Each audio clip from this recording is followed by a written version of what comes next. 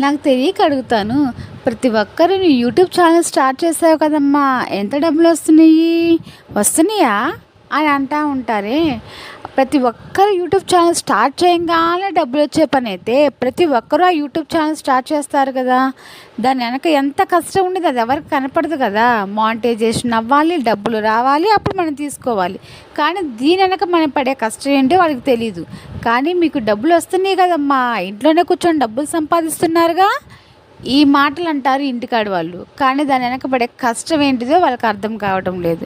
కానీ అదే మన కష్టాల్లో ఉన్నప్పుడు ఒక్కరు ఒక రూపాయి అయితే ఇవ్వరు కానీ ఈ సలహాలు మాత్రం, ఈ మాటలు మాత్రం అనడానికి ముందుంటారు.